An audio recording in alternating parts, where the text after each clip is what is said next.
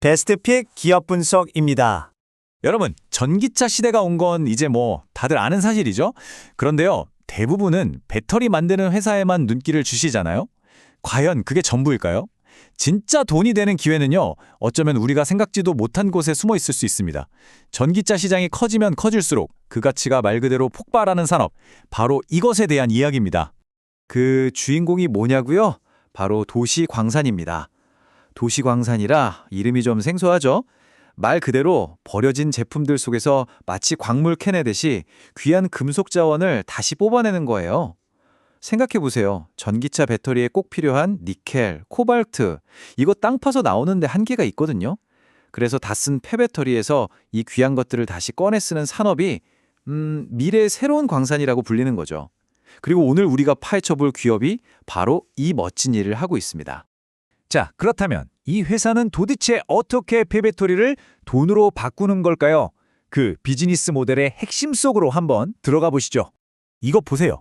아주 명확하죠? 매출의 거의 전부가 2차 전지 소재에서 나와요. 이게 뭘 의미하냐면요. 이 회사의 운명은 전기차 시장에 완전히 달려있다. 바로 그 뜻입니다.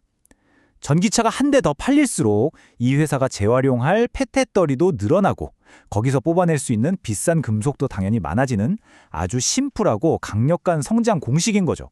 와, 여기까지 들어보시니까 어떠세요? 정말 흥미롭지 않나요? 자, 근데 지금부터가 진짜입니다. 이 기업이 겪고 있는 성장통, 그리고 이 고통을 끝내고 흑자로 딱 돌아설 그 결정적인 포인트에 대한 이야기가 이제 시작될 거거든요. 이 중요한 분석 놓치고 싶지 않으시다면요. 딱 1초만 투자해서 구독과 좋아요 한 번씩만 꾹 눌러주세요. 여러분의 응원이 저희에겐 정말 큰 힘이 됩니다. 자, 그런데 말이죠. 바로 이 지점에서 많은 분들이, 특히 주식 투자를 처음 시작하는 분들이 하고 고개를 갸웃하게 됩니다. 왜냐하면 성장하는데 적자를 보고 있거든요. 이 역설적인 상황 한번 파고 들어보죠. 아니, 상식적으로 좀 이상하잖아요. 이렇게 잘 나가는 사업이고 매출이 작년보다 무려 42.9%나 늘었는데 왜 돈을 못 벌고 적자를 보고 있는 걸까요? 이 질문에 대한 답을 찾는 것, 이게 바로 이 기업 투자의 가장 중요한 포인트입니다. 정답은 아주 간단합니다. 바로 미래를 위한 투자 때문이에요. 이 회사는요, 지금 당장 푼돈 버는 데 집중하는 게 아니에요. 나중에 돈을 정말 쓸어 담으려고 지금 열심히 기반을 다지는 중인 거죠. 공장도 크게 짓고 최신 기계 팍팍 들여놓고요. 당연히 이런 엄청난 투자는 돈을 벌기 전에 비용으로 먼저 잡히는 게 당연하겠죠? 이 그래프를 보시면 지금 상황이 한눈에 딱 들어옵니다. 보세요. 매출이 늘어나는 이 막대, 성장세가 정말 어마어마하죠. 그런데 영업이익은 아직 이 마이너스 영역에서 벗어나지 못하고 있어요. 이게 바로 폭발적으로 성장하는 기업들이 초기에 겪는 필연적인 성장통 같은 겁니다. 자, 그렇다면 이 길고 긴 적자의 터널, 과연 언제 끝날까요? 이 회사를 흑자로 전환시켜줄 그 폭발적인 이익을 만들어낼 핵심 열쇠, 그 게임 체인저는 대체 뭘까요? 이 회사의 운명을 좌우하는 변수는 크게 세 가지가 있습니다. 첫째, 원자재인 금속 가격. 둘째, 재료가 되는 폐배터리, 즉 스크랩을 얼마나 많이 확보하느냐. 그리고 마지막으로 바로 공장 가동률입니다. 물론 이 세 가지 다 중요해요. 하지만 지금 이 시점에서 흑자 전환의 키를 쥐고 있는 가장 결정적인 변수는 딱 하나입니다.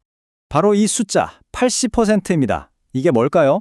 이게 바로 지금 이 회사 주요 공장이 돌아가고 있는 가동률입니다.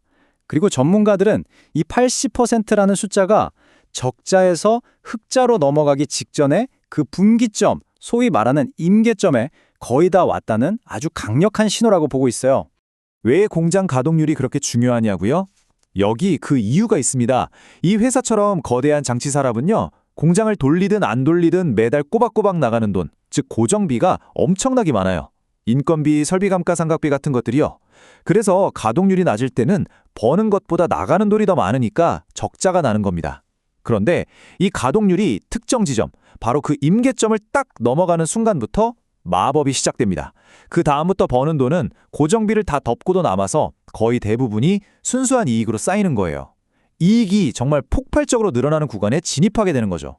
하지만 여러분, 세상에 장밋빛 미래만 있는 투자는 없겠죠. 동전의 양면처럼 이런 밝은 전망 뒤에는 반드시 리스크라는 그림자가 존재합니다. 우리가 균형 잡힌 시각을 갖기 위해서 반드시 체크해야 할 위험 요인들도 한번 짚고 넘어가야 합니다. 체크해야 할 리스크는 크게 세 가지입니다. 첫 번째, 원자재인 니켈 같은 금속 가격이 막 요동치면 당연히 수익성에 바로 타격이 오겠죠. 두 번째, 이 사업이 돈이 된다는 걸 이제 너도 나도 다 알아요. 그러니 원료인 폐배터리를 가져오려는 경쟁이 앞으로 훨씬 더 치열해질 겁니다. 그리고 마지막으로 가장 중요한 건데, 만약에 어떤 이유에서든 이 공장 가동률이 우리가 기대했던 것만큼 올라오지 못한다면 흑자 전환 시점은 당연히 계속 뒤로 밀릴 수밖에 없겠죠.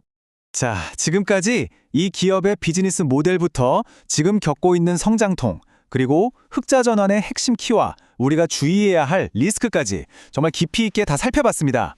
그렇다면 이 흥미진진한 스토리의 주인공, 과연 어느 기업일까요? 오늘 우리가 분석한 이 기업은 바로 성일 하이텍입니다.